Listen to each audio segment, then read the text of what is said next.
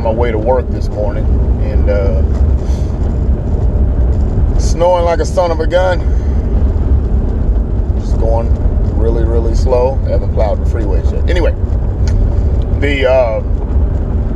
this video is going to be on the whole Tamika Mallory, and what I think a lot of people are not saying whenever because you keep hearing people say she won't outwardly condemn, she won't condemn. And why won't she condemn? Here's the problem with the whole sectionality that I've said before on previous videos. The reason she can't do that is because she's stuck between two places.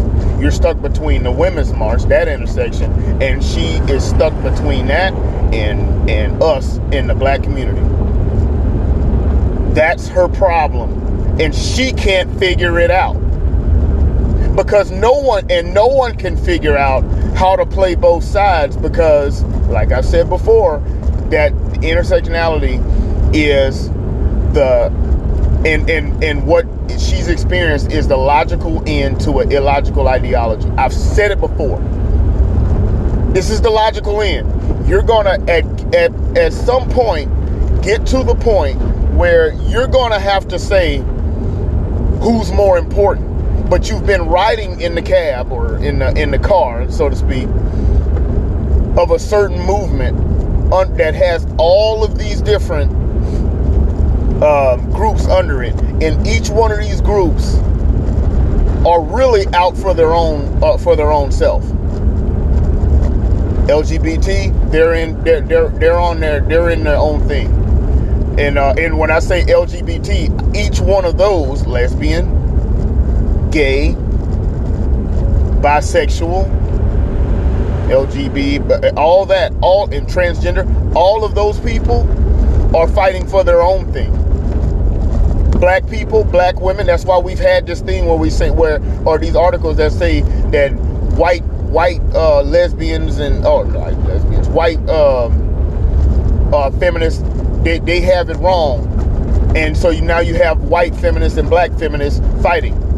So what she's stuck between now is trying to not piss off the black community, but then still keep the white women and all the other people or the white Jews and all that. She's trying to make everybody happy, and you're not going to make everybody happy in that ideology. You're not going to do it. When you deal with people in groups like this, when you deal with group identity and group this and that, when you deal with people like that, that's the problem with dealing with people like that instead of dealing with individuals. You're not going to make everyone happy. It's not going to happen. And that's her problem right now. She's stuck trying to make everyone happy. And her allegiance is to the black community. She don't really give a crap about, let's be honest here, she doesn't really give a crap about white women when it comes to the Women's March. She don't give a crap about them. She don't give a crap about Hispanic women. She cares about black women in furthering the black cause.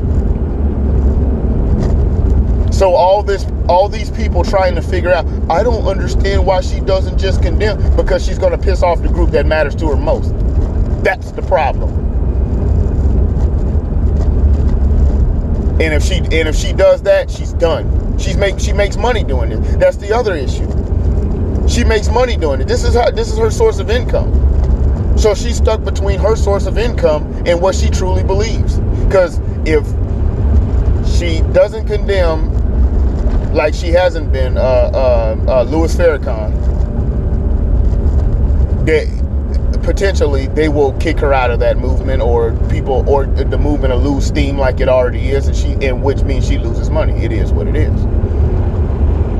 Anyway, that's my thoughts on that Tamika Mallory thing, Women's March and all that. I think that's something that people aren't discussing. And why doesn't she? This is the reason why. Because she's stuck in a rock. She's stuck between a rock and a hard place. The rock and a hard place being not pissing off the black community, and keeping her money, her income coming from the Women's March. That's the problem. All right. Comment, like, share, subscribe. We'll see you on the next one. All right.